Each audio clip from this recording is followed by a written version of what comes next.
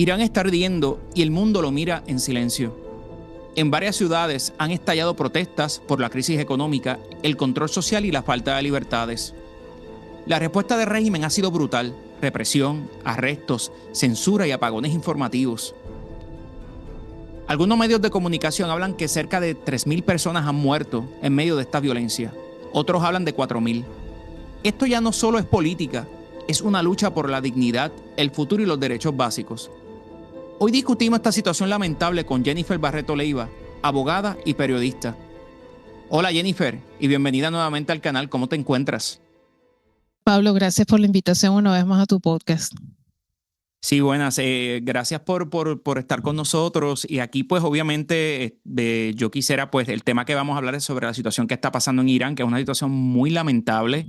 Ya la prensa, como ya había mencionado en la introducción, habla de hasta 4.000 muertos. No sé si nos puedes dar un poquito la historia de cómo llegó este régimen religioso ahí a Irán. Mira, este régimen, para hacerlo de una manera sencilla, porque estos temas son un poquito densos, este régimen llega sacando a lo que era el reinado del Shah de Irán, que era la persona que estaba llevando hacia el futuro Irán. Irán es un país que ni siquiera era musulmán y ahora está subsumido en lo más infame de esa llamada religión. Nada, este régimen se instala y gracias o desde el momento, digamos, que se instala este régimen, Irán tiene un retroceso abismal en todo sentido, dado las circunstancias. A medida que pasaba el tiempo, otra cosa que también pasaba como parte de este retroceso era una cantidad de políticas que eran parecidas sacadas de una película de horror, cada día más cavernícolas, más salvajes y siempre, siempre, siempre con una inquina personal hacia la mujer, un odio que ni las mismas mujeres que tratan estos temas en Irán y en la Liga de Países Árabes, que aunque Irán no es un país árabe, pues de alguna manera siempre lo incluyen. Ninguna de ellas se explica por qué tanto odio y tanto desprecio hacia la mujer. La mujer justamente es irónico porque es la que más vota en el país, es la que impulsa los cambios sociales. De hecho, se dice, y es la información que yo tengo, que todo esto empieza justamente por movimientos de mujeres que tratando una vez más de que las cosas cambien, empiezan esta suerte de revolución que pues lamentablemente tiene este saldo que ya a la fecha ha llegado mucho más de la cifra que has dado. Oh, wow. Me he dado cuenta que, y quizás me puedes corregir, que ha habido como un cierto tipo de silencio. No se habla tanto de régimen aquí en Occidente como se debería de hablar.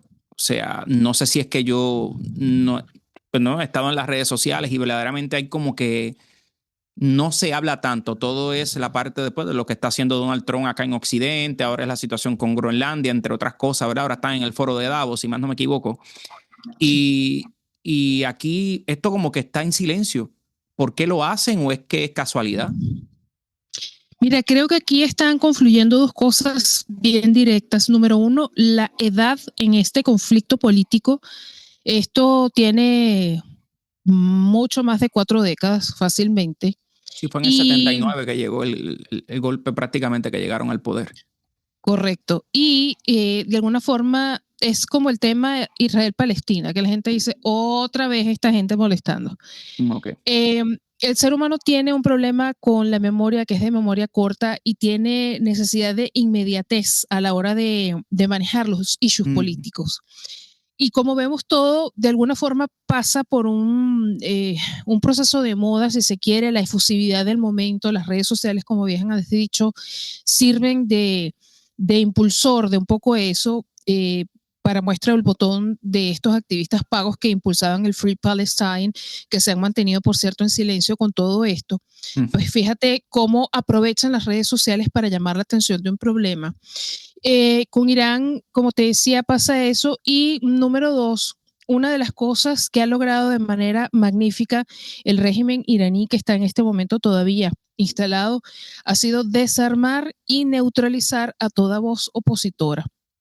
¿Qué es lo que queda de voces opositoras? Los hijos del Shah de Irán ¿Todavía están quedan allí algunos. o familiares? No, ellos todos están fuera, pero lo interesante es que el único varón se ha preparado toda la vida porque él decía, y lo vuelve a comentar días pasados, que él se estaba preparando para este momento porque él sentía que este momento eventualmente iba a venir y fíjate, no pensábamos que iba a surgir de esta forma, ¿no? Entonces está la familia de Shah Iran, la viuda de Shah Iran está viva, por cierto. Eh, Sí, que hay una línea, hay eh, una descendencia ahí todavía. Correcto. Hay algunos académicos, están hijos de hijos, están nietos, sobrinos, pero esa generación de personas que se opuso, que intentó quebrar el régimen, que realmente intentó algo, pasa un proceso muy parecido a lo que ocurre con Cuba, que con Cuba ya lo que quedan son muy pocas personas que realmente vivieron ese proceso y que ya no tienen la fuerza para siquiera levantar la voz. Entonces están esas dos cosas. Número uno es un conflicto viejo. Número dos, y aquí te habla mucho el cómo se impulsan cosas a través de las redes sociales. No hay nadie detrás de un Free Irán o un Viva el Ayatollah, no hay nadie realmente pagando, ¿no? Para estar detrás de eso, especialmente en redes sociales. Y número tres, que ya prácticamente no queda vivo gente que perteneciera a esa generación que hubiera vivido ese conflicto o que se hubiera quedado en el régimen. Ya todo fue neutralizado y por ello es tan importante la labor que están haciendo las mujeres porque están tomando la batuta en este cambio social que se está viendo en Irán. Sí, una de las cosas que estuve escuchando, ¿verdad? Y estaba leyendo en las redes, que el Internet lo suspendieron. Aunque entiendo que Elon Musk ha tratado de tener otra vez las redes, o sea, porque él tiene su sistema, eh, ¿verdad? ¿Cómo se le llama eso? ¿Cuál es el sistema que él tiene? Que es el nivel de satelital. Star, Starlink, creo que. Starlink, Ajá. y está ayudando, ¿verdad? Para que siga el Internet en Irán. Pero ellos lo habían saboteado, lo habían cortado, obviamente para que la información no saliera. Que eso es algo también, ¿verdad? Que esperemos que Starlink esté trabajando en Irán, aunque no se ha visto mucho en las redes sociales, especialmente en X, de lo que está pasando ahora mismo en Irán. Parece que tienen un control total en estos momentos. Sí, y aquí a mí me llama muchísimo la atención, me impresiona cómo todos estos procesos se parecen. Fíjate cómo la gente se alza, cómo las reprimen, cómo las torturan, cómo las encarcelan y finalmente cómo silencian las redes sociales, bien sea controlando las plataformas o si no puedo controlar las plataformas, pues controlo el Internet y si puedo hacer dos veces el control, pues muchísimo mejor. Y en Irán ahí sí es verdad que ya llegaron al colmo o a la epítome de la censura, porque no solamente censuraron redes sociales, sino que directamente cortaron el Internet, muy a pesar de que eso significara el quedarse ellos sin Internet. Y en Irán pasa algo también que hay que agregarlo y es de las cosas que no se habla con estos regímenes. En Irán no hay tal cosa como libertad económica. Las muy Mm, pocas personas que pudieran, quizá con el mejor de los esfuerzos, haber llegado a comprar un sistema de Starlink, te puedo decir que es un 5% exagerando. claro, El claro. común de la gente no tiene acceso a eso. La población es sumamente pobre. Estos sistemas están hechos para que tú dependas del Estado, de manera del Estado, tener control de tus finanzas, de lo que comes, de lo que no comes y ver cómo te van controlando por ahí, ¿no? Y entonces pasa eso, es muy loable y Elon hizo lo mismo con Venezuela y intentó hacer lo mismo con Brasil, pero hay que tener en cuenta dos cosas. Número uno, lo que acabo de mencionar, el nivel de pobreza es sumamente grande. Y número dos, los sistemas de Starlink son muy costosos. Para una persona promedio no son accesibles. Entonces, es muy loable, es muy bonito, pero quitando las emociones de ese ofrecimiento, pues tú te das cuenta que eso es arena en el mar porque solamente estarías ayudando a un porcentaje muy pequeño de la población. Sí, sí. Sí, porque me he dado cuenta que aunque él hizo eso, no veo tanta información. O sea, está bastante reprimida. Y tú dices, bueno, parece que no está trabajando como debe ser. Es correcto. Este, ¿Conoces algún grupo de mujeres allá? En este caso que estamos hablando del tema de la mujer, ¿verdad? En específico, ¿conoces a alguien o un grupo que esté ahora mismo allá en Irán?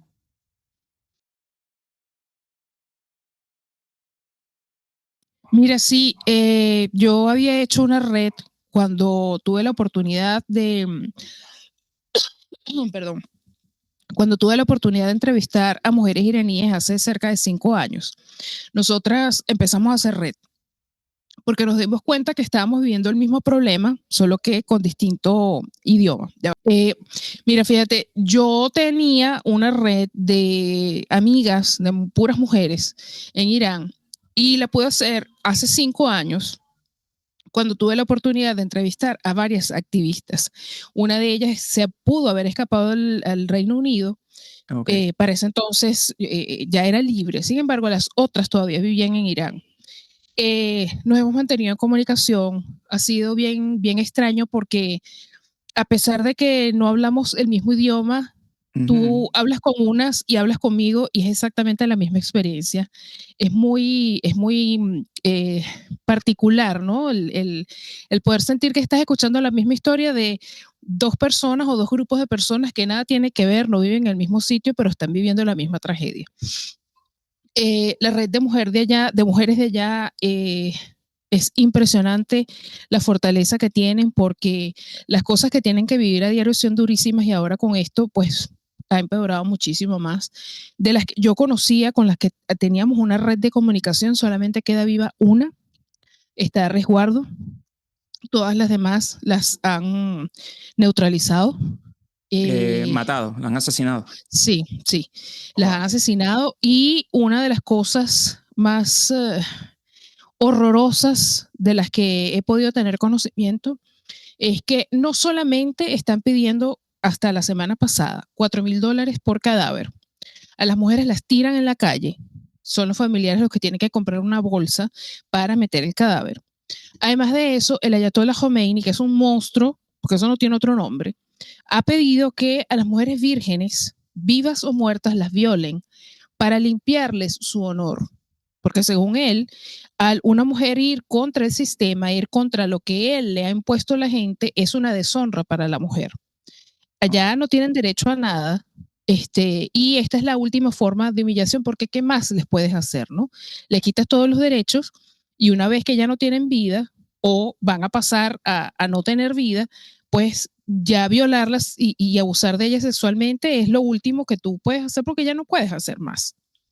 Este, es durísimo porque la comunicación ha sido muy escueta, muy directa para no perder tiempo. Lo único que alcancé a decirle a mi amiga fue, cuídate por favor que te necesitamos. Y ella lo único que me decía, esto es horrible, yo nunca había visto algo así, están descontrolados totalmente, la misma historia de siempre. Y están sacando armas muy, ¿cómo fue la palabra que ella utilizó? Como que muy avanzadas en tecnología. Y que eso no se le estaba diciendo a la prensa afuera, porque a pesar de todo, en Irán tienen manera muy a cuentagotas de saber que más o menos algo se está hablando afuera. Y ella me decía, por favor, si tienes oportunidad, di esto. Las armas que tienen adentro son muy avanzadas, son muy cosas muy adelantadas a los tiempos que le quieren hacer creer a la gente afuera, que es lo de siempre, ¿no? Dicen una cosa, pero realmente están haciendo otra. Y en efecto, como dijiste al principio, pues están masacrando a la gente de una forma que yo Y nunca había visto algo así. toda persona que le lleve, que esté en contra del régimen, lo van a asesinar.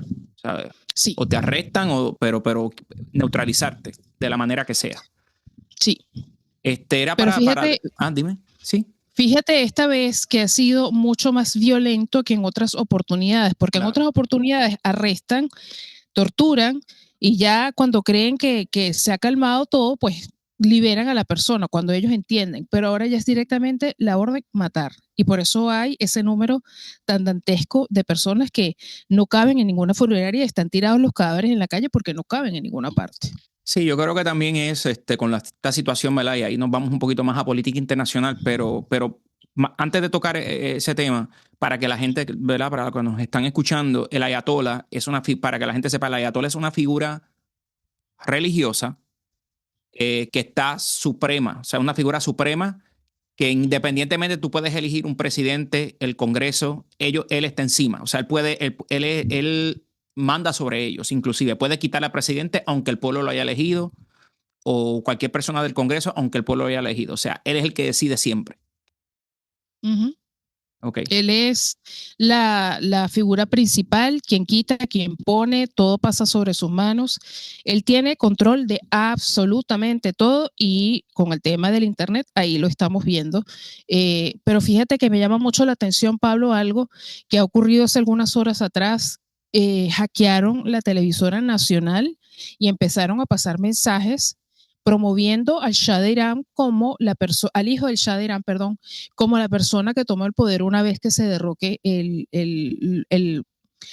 no le quiero decir reinado porque sería faltar el respeto, pero el poder que tiene el Ayatollah Khomeini me llamó mucho la atención porque eso quiere decir, como siempre pasa, que hay gente adentro que también está ayudando a que ese mensaje llegue de alguna forma, porque ese hackeo Claro. no pasó así por así. Algo que quiero añadir, porque estaba leyendo un poco acerca de la historia de cómo hubo diría yo, algo como un golpe de Estado en el 79, que es cuando el Shah estaba, si más no me equivoco, se llama Mohammad Reza Pahlavi, que era es la dinastía Pahlavi, que entró más o menos hasta el 79, del 1900, si más no me equivoco, 1955, pero no quiero cometer un error, pero estuvo hasta el 79 cuando llegó el Ayatollah, el nuevo régimen.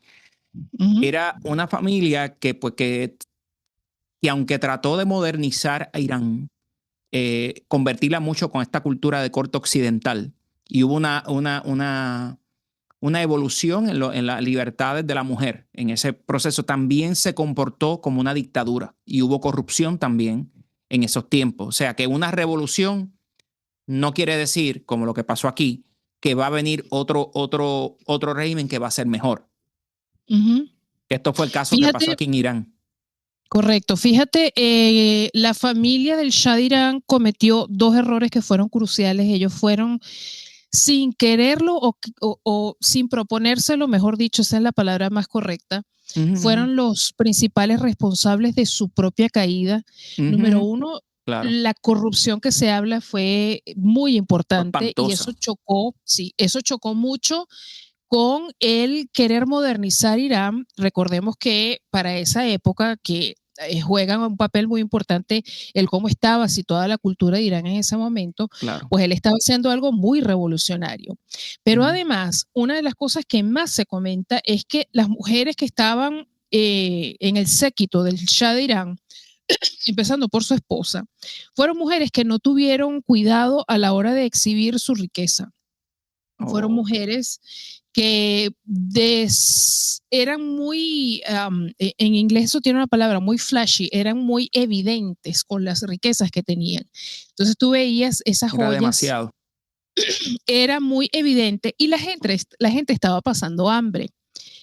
Cuando tú tienes una ciudadanía que está pasando hambre, que por ende tiene resentimiento hacia ti, hay cosas que tú no puedes hacer.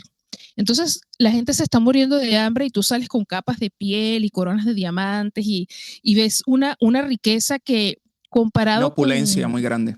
una opulencia muy grande, comparado con la necesidad que estaba viviendo la ciudadanía, era muy odioso y muy contrastante. Entonces, tú tienes eso y viene un tercero, que sería el Ayatollah Khomeini, como siempre, prometiendo cosas horribles con nombres bonitos. Todo se dio perfecto para que lamentablemente ese reinado cayera y estuviera ahora este régimen de horror que tiene tantos años ya secuestrado al país. Sí, sí. Algo que estaba también ahí leyendo sobre la historia es que ellos también tenían una policía secreta que también perseguía gente en el periodo del Shah. Si no se le llamaba Sabak, era la temida Sabak, que era como la inteligencia policíaca, que ahora la dictadura tiene la Guardia Revolucionaria. Lo cambiaron ahora, que son los que persiguen ahora y hasta asesinan, ¿no? Como ya habíamos mencionado. Volviendo otra vez al tema, que quería hablar de esa parte.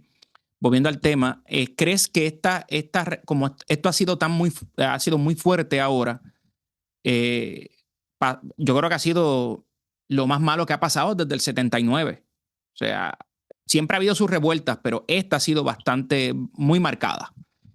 ¿Y crees que es por la situación, pues, que Estados Unidos y el mismo Israel está causando en Irán? O sea, con estos ataques que tuvo Israel primero con Irán y después Irán atacó a Israel, Estados Unidos poniendo presiones, poniendo sanciones, obviamente ha afectado duramente a la economía de Irán y la gente está pues que ya no aguanta más. Y por eso quizás el Estado tiene miedo de perder ese control y por eso está siendo tan agresivo contra la población? Mira, aquí se están dando muchas cosas y aquí viene la geopolítica. Yo soy bien cuidadosa porque ese tema Claro. eso de la geopolítica es bien complejo, pero para que la gente nos entienda, aquí se están conjugando muchísimas cosas.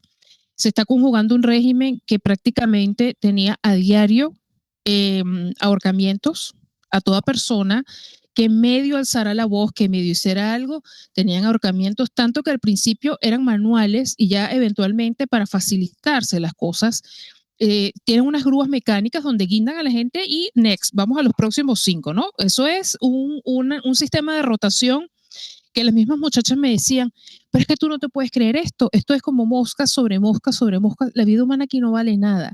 Y ellas me mostraron videos y yo no me podía creer lo que estaba viendo porque era demasiado cavernícola la forma en que se deshacen de las vidas y no les importa. Está sucediendo, además de todo esto, en la historia, en todos estos años donde ha estado el Ayatollah Khomeini con el país secuestrado, ha habido muchos picos, pero en estos últimos años las mujeres han tenido una voz importante. Uno de los picos que quizá, y yo lo dije y no me equivoqué, que quizá empezó a fragmentar un poco las bases del régimen fue lo sucedido con Mahsa Amini. Cuando la matan a golpes, la policía moral la mata a golpes porque ella tenía el velo 2 centímetros más atrás y se le estaba viendo mucho cabello. Una niña de 21 años que estaba empezando a vivir. Y eso trae una serie de protestas y cosas que, aunque de alguna forma las neutralizan a los 3 meses, eso trajo otras protestas después. Han pasado muchas cosas. Una de las cosas más terribles que sucedió fue hace año y medio cuando el régimen le dio por silenciar artistas. Tú no puedes cantar en la calle, tú no puedes hacer música. Si eres mujer, no puedes cantar, no puedes bailar, no puedes hacer nada. Y esta generación de jovencitos decía, a mí no me van a hacer nada de eso, a mí no me interesa, yo voy a bailar, yo voy a sacar mi música. Hubo un caso muy, muy importante de una jovencita que ella bailaba la música de Lady Gaga y eso era como el hereje en acción, ¿no?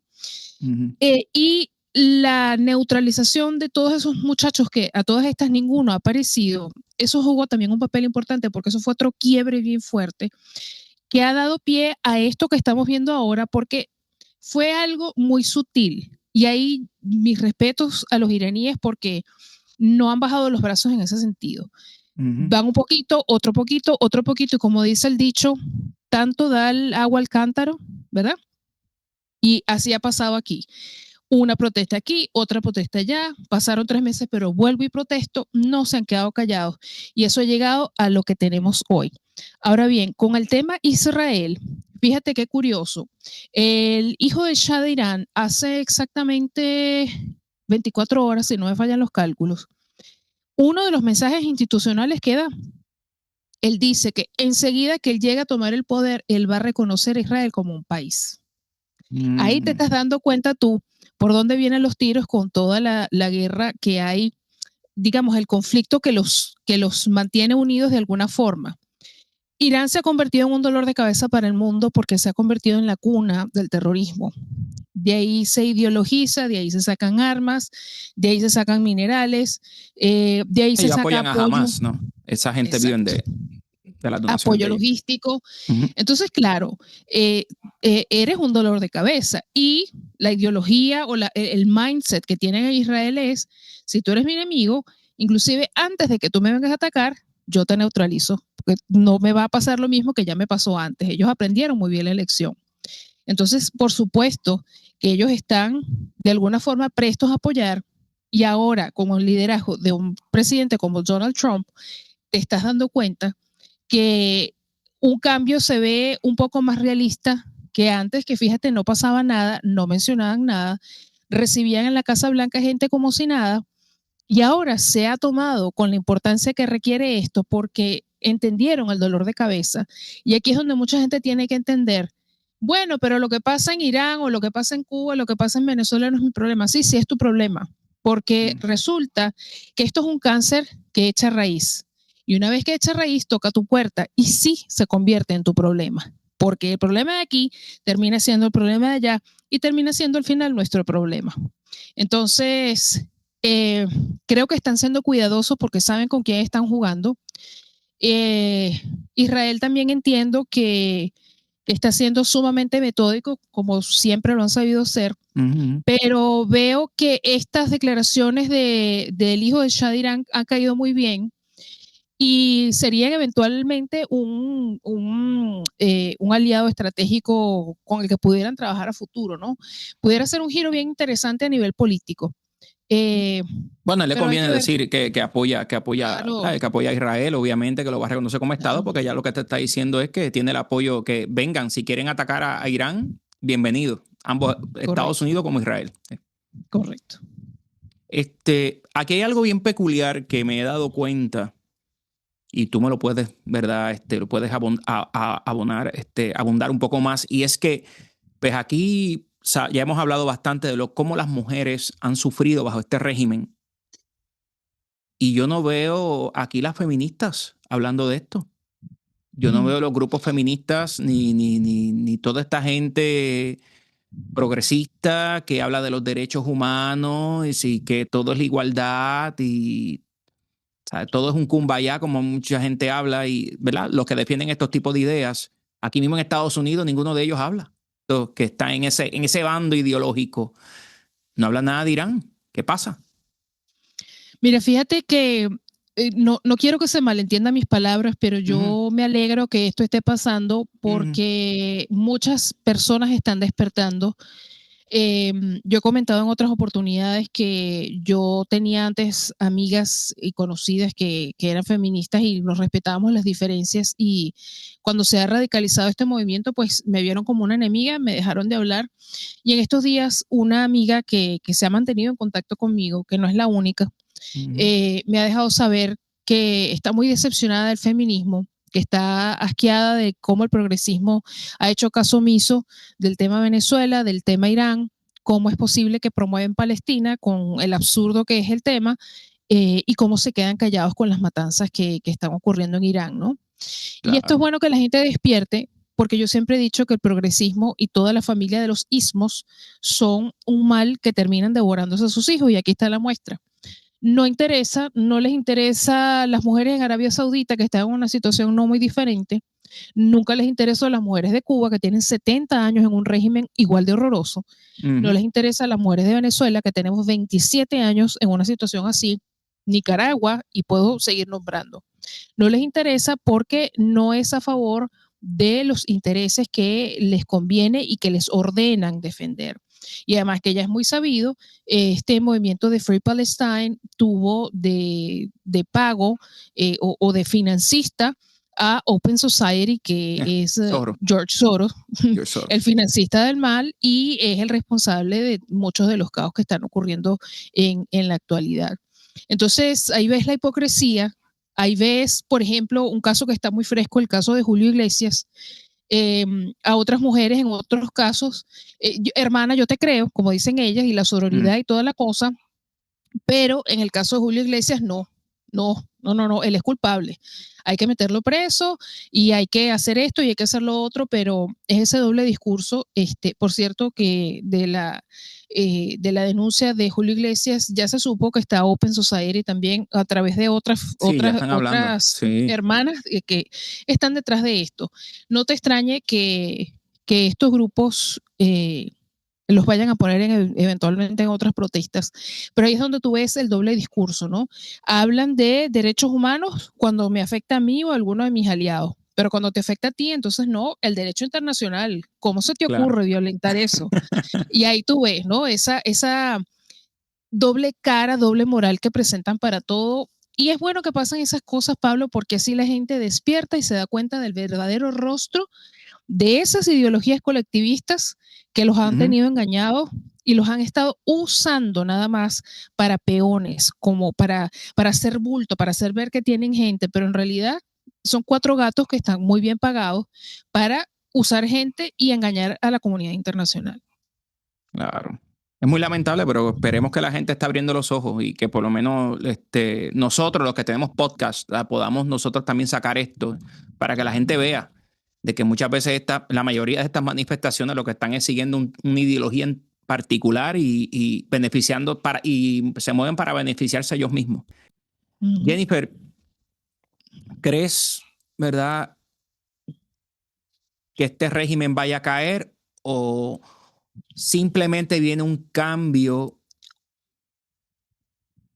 que siga el régimen, pero un cambio a favor de Israel y Estados Unidos, pero siguen reprimiendo al país? Mira, para que haya un cambio, necesita de manera imperativa una fuerza exterior que los ayude. Claro. Porque pasa con lo mismo del tema Cuba, tema Venezuela, tema Nicaragua. La ciudadanía no puede, la ciudadanía ya hizo lo que podía. Ya humanamente hablando no se puede hacer nada. Hablar de elecciones es hasta una falta de respeto con la inteligencia del espectador. Tiene que intervenir una fuerza externa que los ayude. Lo bueno de todo esto que está ocurriendo ahora es que está un Trump, está un Netanyahu, que por mucho que los critiquen y muchos errores que hayan cometido, son hombres de carácter que entienden el profundo, entienden el profundo significado de la libertad y no tienen miedo, no se van a dejar manipular como pasaría con un Joe Biden, un Clinton, por ejemplo, que jugaron y los resultados de sus juegos estamos viéndolos y sufriendo en la actualidad. Exacto. Entonces, creo que eso sí va a jugar a favor de la libertad de Irán y lamentablemente por la violencia y la velocidad de las cosas como están ocurriendo, es posible que haya una extracción, una intervención, porque ya son demasiadas cosas. Yo entiendo que esto se tiene que preparar de forma quirúrgica, se tiene que preparar muy bien. Está muy reciente lo de Venezuela. Entonces van a venir las acusaciones de que se creen la policía del mundo, que cómo es que van a estar interviniendo en políticas extranjeras, que la soberanía. Hay midterms que vienen por ahí. Sí, exacto. Y está el tema de Groenlandia también, que eso es otra cosa. Están muchas cosas, como que muchas candelitas, como decía Chávez. Hay muchas candelas prendidas. Lo bueno es que en líneas generales el americano promedio está contento y eso fue por lo que votaron, ¿no? Por las cosas que se están aplicando. Pero sí siento que tiene que ser preparado con muchísimo cuidado porque aunque Irán ha contribuido en narcotráfico, contribuido en terrorismo, han cometido delitos de lesa humanidad y la lista es larguísima de esos delitos, han ido en contra de la libertad, de los principios mínimos, de los derechos mínimos de los iraníes. Es algo que tienen que saberlo, argumentar y preparar muy bien, porque quizá no es tan evidente como otros casos que ya se han dado, ¿me entiendes? Y se les puede caer eso. No les conviene que por una tontería, por querer ayudar a un extranjero, que en efecto sí les afecta internamente, esta administración vaya a fallar. Y ya tienen encima algo que la gente cree y lo está tomando a chiste, el caso de los archivos de Epstein. Si eso no se maneja bien, Pablo, eso puede ser el dolor de cabeza de esta administración. Eso no ha parado. Hay muchos grupos que siguen trabajando en eso, inclusive republicanos. La misma Marjorie Taylor Greene ha sido una que ha dicho: yo voy a seguir del lado de las víctimas, porque se les prometió y es una situación demasiado delicada. Entonces, creo que si eso no se maneja bien, eso puede representar un gran dolor de cabeza para esta administración. Más allá de toda la espectacularidad, de todo el show que se está haciendo, porque sí se está haciendo, creo que se tienen que manejar con más cuidado, porque ciertamente se necesita de su ayuda y de su apoyo para mantener la libertad en Occidente. Pero si no lo saben hacer bien y si no resuelven los issues que tienen pendientes, eso les puede traer muchos problemas. Jennifer, ¿qué tiene que ver, y vamos otra vez al tema de la geopolítica, qué tiene que ver Rusia y China con Irán? ¿Tienen alguna relación fuerte? China, sí, Rusia, China e Irán son aliados, más allá de aliados comerciales, son aliados en muchas cosas que se están haciendo debajo de cuerda. Mientras, por ejemplo, los chinos proveen la tecnología, los rusos proveen las herramientas, la parte de adoctrinamiento, de entrenamiento. Irán provee la logística y ahí tú tienes un eje de mal perfecto. Entonces son socios comerciales, es como decir tres psicópatas que cada uno sabe que está ahí, ninguno se toca, no somos amigos, no nos tocamos, cada quien con sus cosas, nos aliamos cuando nos tenemos que aliar, pero sabemos que estamos ahí y que si uno toca al otro, aquí esto vendría a ser caótico para el resto de la población. Está complicada la geopolítica. Sí. Y Europa, Europa parece que no, pues Europa tiene sus issues personales y obviamente se ve como que está en decadencia Europa. Europa no tiene ningún rol aquí tan importante, ¿verdad? Según lo que algunos analistas hablan, que Europa tiene unos issues muy grandes que no puede manejar todo lo que está fuera de ellos, fuera de la región europea. Sí, Europa está en un momento sumamente complicado. En estos días estaba leyendo del plan Kalergi. El plan Kalergi fue algo que se ideó hace muchísimos años, hace, no sé, 3, 4 décadas, y era el plan de un diplomático que veía venir lo que se está viviendo ahora. Él hablaba de que el hombre del futuro, él lo veía como un hombre sin identidad, un hombre sin raza. ¿Y qué es lo que vemos ahora? Que se han perdido las identidades. Por ejemplo, la Miss Alemania que gana el año antepasado es una mujer negra, los alemanes no son negros. La primera niña que nace en España es una niña musulmana con nombre musulmán en el 2026. Y ahí es donde tú estás viendo lo que él decía, que el hombre del futuro, él lo veía como un hombre sin identidad, un hombre nulo. Y ese plan hablaba de cómo se conservara o se conservaría las identidades en Europa. El progresismo lo ha tomado como que es un plan de mantener viva lo que ellos llaman la supremacía blanca. No tiene nada que ver una cosa con la otra. Y leyendo sobre esto, digo, qué distinto hubieran sido las cosas si este plan se hubiera tomado siquiera como referencia para mantener unas políticas mínimas en Europa que permitieran que hubiera cierta estabilidad, que hubiera cierta equidad, equilibrio en cómo se han estado llevando las cosas. ¿Qué fue lo primero que se hizo? Se abrieron las fronteras y eso dio como resultado inmediato este desastre que tenemos hoy por hoy. Y como segundo desastre, la islamización de Europa, un plan que también se viene construyendo desde los años 70, cuando menos, y que hoy por hoy ya vemos cristalizado tal y como ellos predijeron en algún momento en la ONU, por cierto, de que iba a suceder. Tienen un panorama sumamente complejo y de los países que quizás están en la cúspide de lo preocupante, España sin duda alguna. España, sí, España está en una situación difícil, pero creo que el primero que va a estallar va a ser Francia. Oh, la situación, Francia está bien, ya los franceses mismos ya no aguantan la situación, ahora está por ahí Marine Le Pen, pero la están persiguiendo para que no se reelija, no pueda aspirar. Entonces va el otro, Bordeva o Bardier, no me acuerdo el candidato, el nombre, el joven, que entonces sería que se va a tirar para entonces poder tirarse y representar el partido que representa a Marine Le Pen.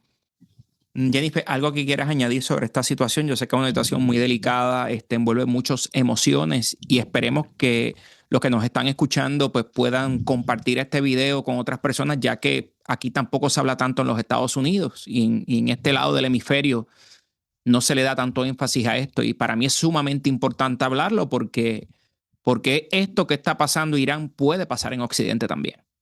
A ver, sí. ¿Algo que quieras añadir adicional? Mire, es bien importante, aunque ya lo mencioné, que no con esto quiero decirle a la gente que se calle, se censure o que no hable para nada, pero sí que seamos cuidadosos a la hora de expresar nuestras opiniones, de ver las fuentes de las cuales tomamos los análisis. A mí me da un poco de tristeza cuando ocurrió el proceso de extracción en Venezuela el 3 de enero. La gente decía, tu problema, tu país, y me decían así, y yo decía, oh, wow. Perdón, o sea, como una sarnosa. Yo ahí me di cuenta lo importante de lo que es la crianza de la gente, porque a mí me enseñaron en mi casa que había cosas que no se decían, porque es innecesario. Además de que lastimo y no hay ninguna necesidad.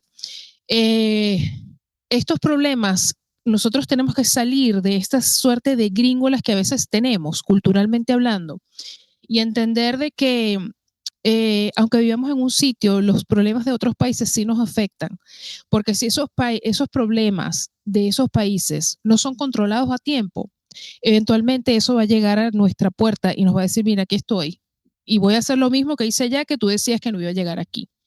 Hemos visto con la lucha de la vida cómo se ha promovido el aborto por todas partes y dicen, no, eso es una cosa, es que Europa es muy liberal. Estamos hablando de que hoy por hoy, en los países más conservadores de América Latina, que esa es la cuna del conservadurismo en el mundo. Lo digo en el sentido de que es parte de nuestra mentalidad, nuestro mindset. El hispano es conservador. Fíjate cómo nos han metido ideología de género, aborto, feminismo y todo lo que les ha dado la gana desde Europa, sin mover un dedo, Pablo, sin mover un dedo. Entonces hay que entender una cosa y es que los problemas de otros sí son nuestros problemas.